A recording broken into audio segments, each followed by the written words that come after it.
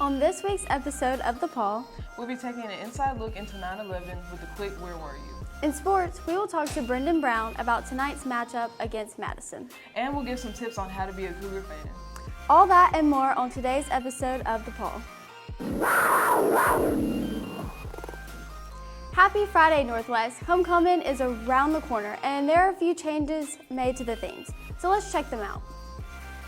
On Monday, we're taking pictures and writing postcards. It's Tourist Day. Dress up in Hawaiian shirts, khaki shorts, and maybe a pair of sunglasses. On Tuesday, get ready to be a scholar or a baller. Bring your best nerd gear or dress up as your favorite athlete. Wednesday is Prehistoric versus Futuristic Day. Juniors and seniors are going back in time and wearing prehistoric outfits. Freshmen and sophomores will be traveling to the future while wearing their best futuristic outfits. Thursday is Spirit Day. Wear your best class colors fit. Bring your cowboy hats, boots, because Friday is Wild Wild West Day. So put together your favorite cowboy outfit and leave the toy guns at home. On September 11, 2001, the Twin Towers fell and people were shocked and devastated as they watched the events unfold. Sunday, America mourns the tragedy and loss that happened that day. Everyone has a story to tell. Amani interviews teachers asking, where were you when the towers were hit? Where were you in 9/11? I was a freshman in high school in Ms. Bowell's English class, and we were about to go to break, and then all of a sudden the teachers said, we're not going anywhere, stay in your seats. And back then we used to have a thing called Channel 1, and before school started, Channel 1 would come on and it would give us like school news and anything like that. And so they said turn to Channel 1, and then we watched, and then I saw the World Trade Center. Now, I had no clue at the time what that was. I was a freshman in high school, didn't think anything of it. And then I watched as the first plane hit. I went, oh my gosh. And first I was like, those buildings are huge. That plane looks super tiny compared to them. And then as we were watching live, we see the second plane hit. And this is a live shot of it. And they immediately pan away because we just watched entire plane full of people just go to nothing. And I remember thinking to myself, you know, yes, I'm in Mississippi, yes, I'm poor, but look just how lucky I am to be here. It could be much, much worse. And I just remember just watching, and then we turned it back, and then just slowly you see it start to just fall, like, holy cow. And as a freshman, as a kid, you don't think much of it. And as I'm an adult and I look back at it now, I'm like, that's such an impactful moment. Where were you in 9/11? So I was actually in grad school. I had gone back to school, and I was in a communications class, and our professor was late. And we waited and she finally came in and she said, hey guys, I'm really sorry that I was late, but I was on my way to school, and on the news, some planes have flown into the World Trade Center. She said, could we just take a moment of silence to kind of, respect that? And we were like, okay. And we went on with class. Well, I go to my next class an hour later, and the professor said, does anybody know what's going on in New York? Like, what is happening? And this was like an 8 o'clock class that my first class was. So I said, well, my aunt and uncle live in New York. Let me call them. So I called my Uncle Pierre, and they live in the East Village, which is probably about a 10-15 minute walk from the World Trade Center. And he said, I can't believe you got in. I was late for work today, and he worked just a block away from the World Trade Center. He said, I was late for work, and as I was leaving my apartment, I hear a big boom, and I went back in, and I went up to he went up to the roof of the apartment and watched everything, and he actually saw the second plane go in. And it was that moment that I realized that we weren't talking just like a little plane, that it was actually like a commercial airline. Where were you the day of 9/11? I was teaching elementary school at Madison Station Elementary School in Madison, Mississippi. And so I was teaching my class, and my principal came. I was teaching in a trailer outside the building, and our principal came to the classroom and knocked on the door. And it scared me to death because my principal never came to my classroom.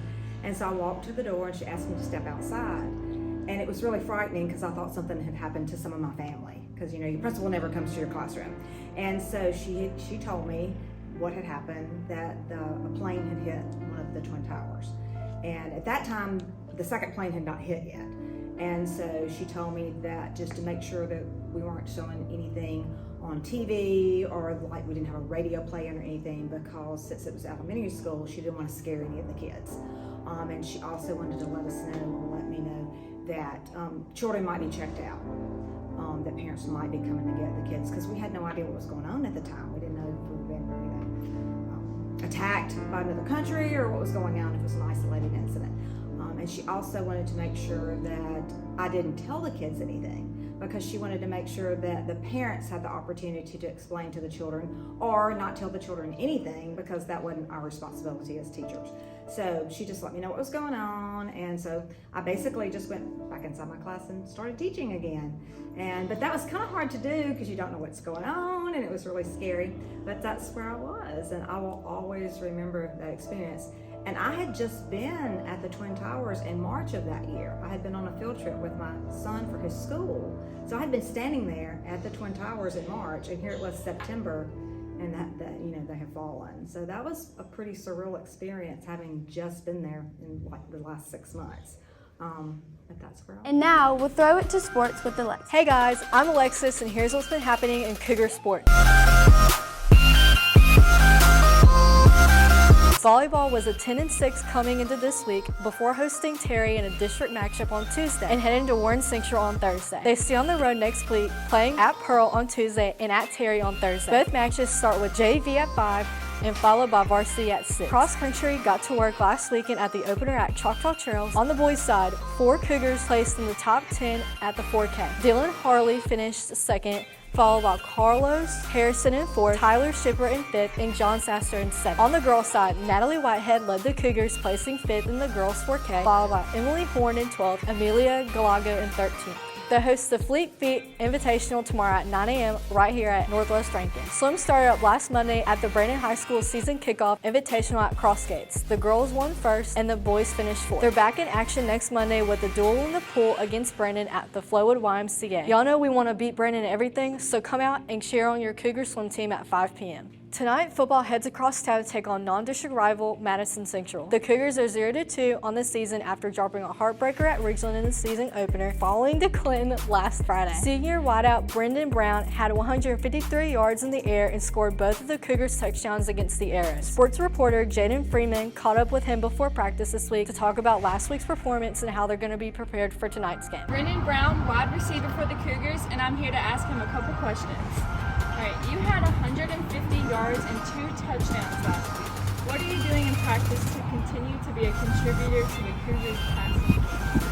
Well, I work hard at practice, and my team has pushed me to get better every day. And plus, my coaches really give me confidence. Okay, and how are y'all preparing for this week's matchup against Madison? You know, we're working hard, watching film, everybody doing their job, just trying to make sure we come out with a good day. As always, the student section is a major fact and we need everyone there to make an impact. So here are our student section leaders to let you know what the theme is this week. What's up, Cougs? Tonight's theme is safari. So make sure to dress up in all of your safari gear. You can wear any type of animal print, or you can even dress up as a safari tour guide. Pack it out. Thanks, guys. We all know the student section can make a big difference in the game, but we want to make sure that everyone knows how to be a Cougar fan the right way. Let me get a boo on 3. 1, 2, 3. Boo! Step 1. Put your energy into cheer for the Cougars, not against the other team. And profanity does not get your point across. Hey, wait a minute. Ain't y'all freshmen? Man, get out of here. Get out of here, man. Y'all freshmen, no freshmen allowed. Step 2.